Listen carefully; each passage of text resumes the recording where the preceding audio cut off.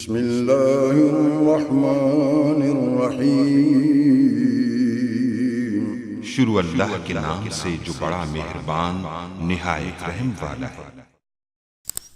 अस्सलाम वालेकुम गाइस। तो इस ट्यूटोरियल में हम जानेंगे कि हम किसी भी कंस्ट्रेंट का कैसे नेम चेंज कर सकते हैं, यानी कि कोई भी मीनिंगफुल नेम हम कैसे दे सकते हैं।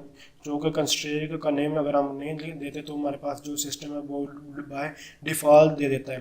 तो अब हम इस चाहते हैं कि हमारे पास जो कंस्ट्रेंट का नाम वो मीनिंगफुल होना चाहिए, हमें पता होना चाहिए कि ये किस पर जो है कंस्ट्रेंट अप्लाई किया गया हुआ है। तो इसमें से आप किसी पर भी ये नेम चेंज कर सकते हैं। मैं आपको डिफ़ॉल्ट इस पर चेंज करके दिखाता हूँ।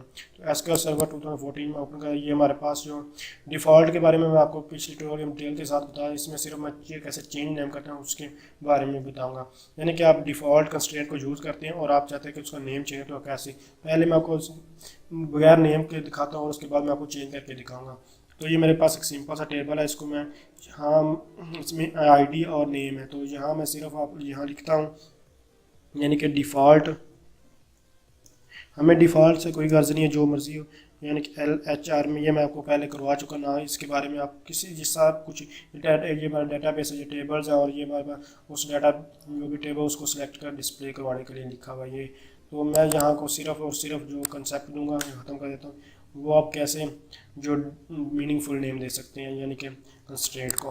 तो ये हमारे पास जो डिफ़ॉल्ट है और इसको मैं एग्जीक्यूट करवाता हूँ इस टेबल्स को, स्टूडेंट्स को। तो पहले मैं आपको दिखा दूँ यहाँ कोई भी कंस्ट्रेंट नहीं है। CON पे जाते हैं और टेबल पे जाते हैं और जो टेबल्स हमारे पास कोई भी बना नहीं है। तो इस टेबल्स को हम एग्जीक्यूट करवाते हैं, तो इसको एग्जीक्यूट करवा लेते हैं।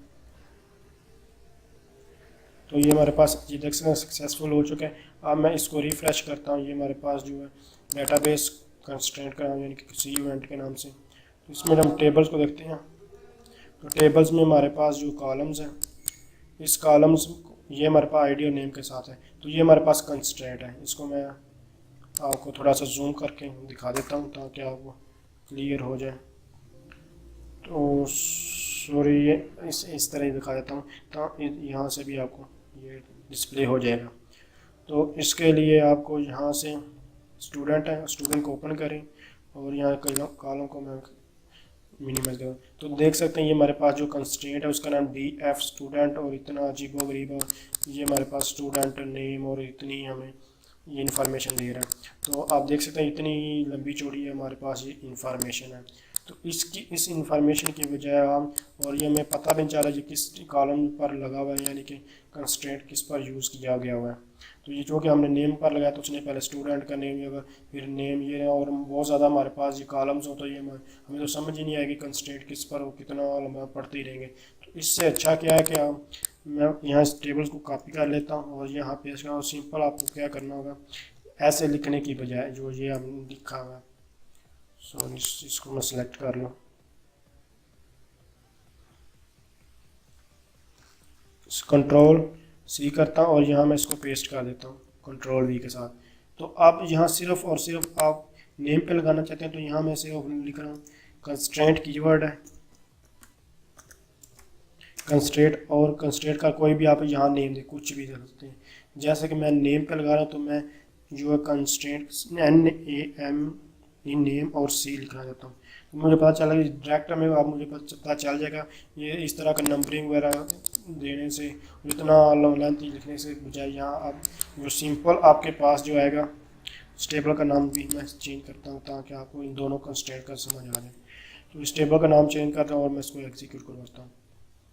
तो देख सकते हैं ये एग्जीक्यूट हो चुकी है। अब यहाँ हमारे पास कोई भी एक ही कंस्ट्रेंट, दूसरा अब रिफ़्रेश करने से आ जाएगा। तो डाटाबेस को रिफ़्रेश करता हूँ और अब हम टेबल में जाते हैं और यहाँ मैं स्टूडेंट्स के नाम से आ चुका हूँ। इसका आप कंस्ट्रेंट देते हैं तो इसमें देखो नेम और C जो मैंने नाम दिया था वो भी हमारे पास डिस्प्ले हो चुका है।